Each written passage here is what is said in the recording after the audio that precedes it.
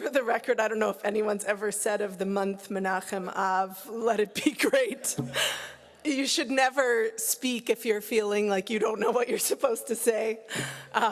Okay, so maybe Av is not the most fun month. I want to speak this morning about the story we tell, about our lives, about our experiences, and I, in particular, want to look at our two parshiot, Matot and Masai, through the lens of the tension that actually comes up often between the individual and the family or the collective. So I want to start somewhere personal with this and then connect it to our parsha. First of all, I should say it was a big week for me. My grandmother, Pet Nosan, may her memory be a blessing, passed away on Shabbat last week, and we had her funeral on Wednesday. And when she was still very lucid and very much in charge of her destiny, she said, "You are responsible for my funeral." Like, not the arrangements, that was my dad's job, but the eulogy. And I knew what she meant. And I knew in that moment that she was giving me a really big, hard job. A eulogy is essentially telling someone's life story. And the reason it was so hard is because I have a very personal experience of my grandma, but I know as a rabbi or as a clergy person who's written eulogies before, the job isn't to tell just your story of a person. You have to find a way to step back far enough to see them from multiple angles. And that was a job.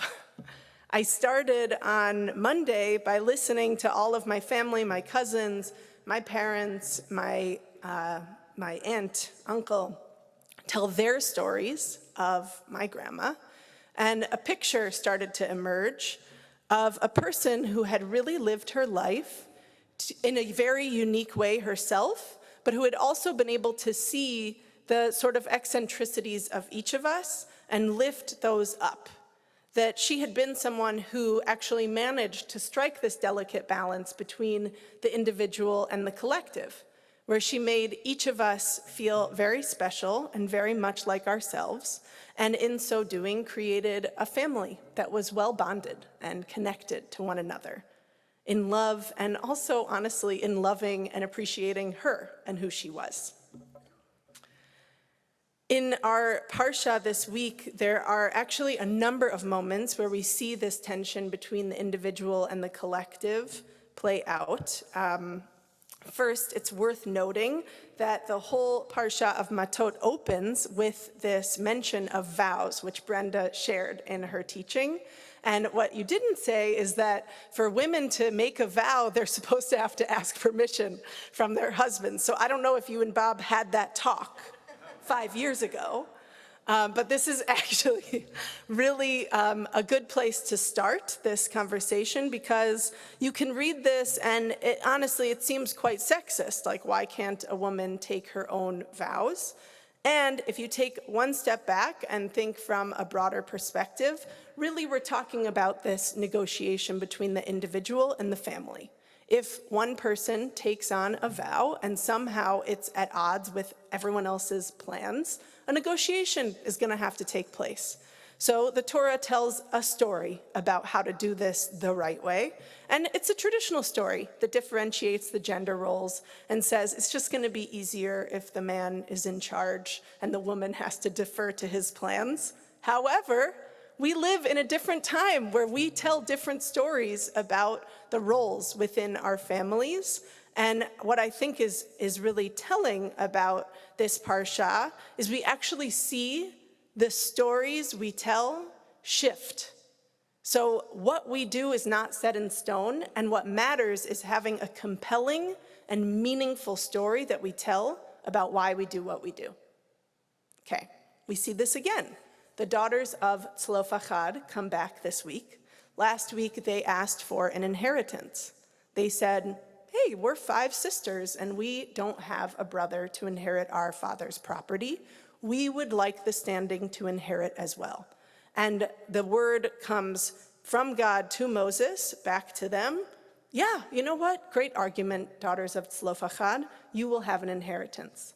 This week, their fellow tribesmen come forward and say, but technically, if they were to marry outside of the tribe, then we're going to lose some of our tribal holding. They're looking at a bigger collective than the daughters alone. And, okay, good point, we say. And this is like case law. There's all these things that are being arbitrated and figured out. And the ruling comes back. They can inherit their land as long as they marry within their particular tribe of Manasseh. Okay, fine. The third case that we see of the tension between the individual and the collective comes with the Reubenites and Gadites, who look at the land that they're in, which is, hold on, to the east of the Jordan, and they say, you know what, this is good enough. We don't actually need to get into the land of Eretz Yisrael.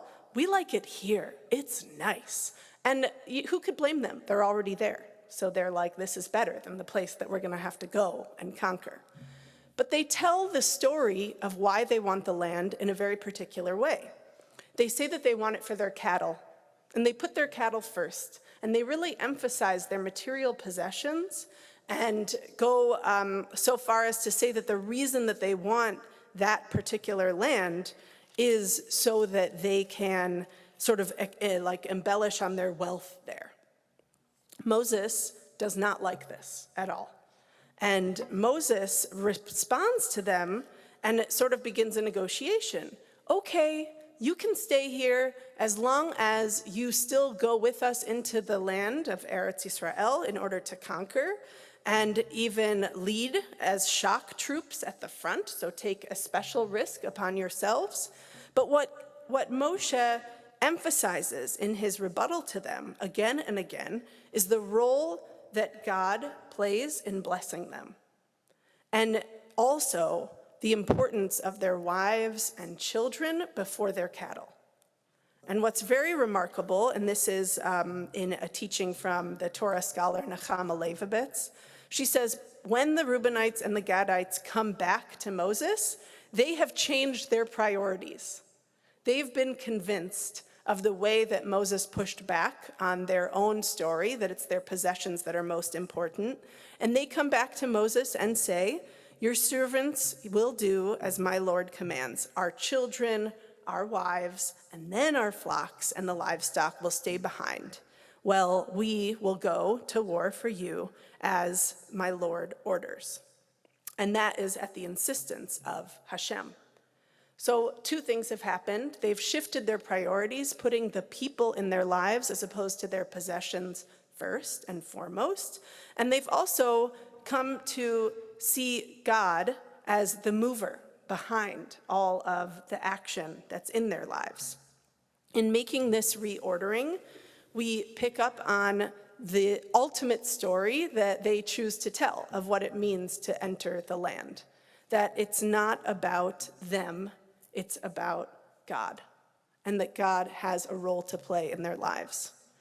They have a personal stake in staying where they are, and yet they're forced to see the bigger picture and see themselves as part of a collective. And that is, in a sense, all of us, the work that we do in our daily lives, of having to negotiate between our own personal inclinations and hopefully all doing the work of trying to see ourselves inside of a broader picture, of trying to see ourselves as interconnected. Someone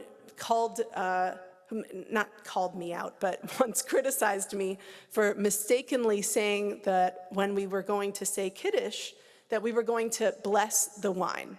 You've probably all said that at one point or another. Let's bless the wine.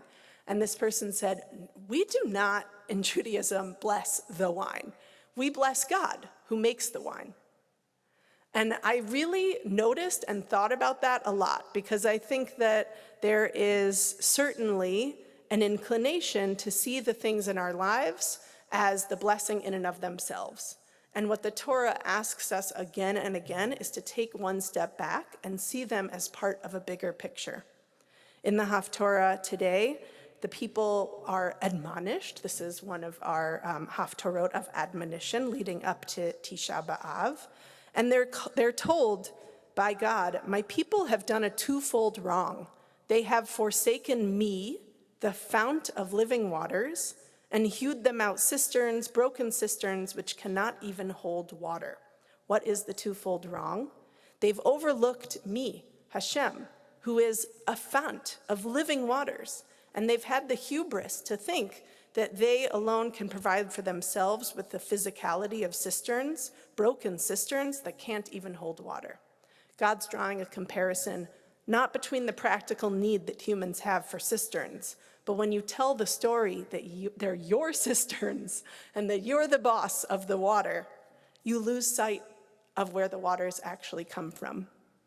And so I hope for us in each of our lives can navigate this delicate balance between the individual and the collective, can see ourselves both as unique, important individuals, but who are always part of a bigger picture.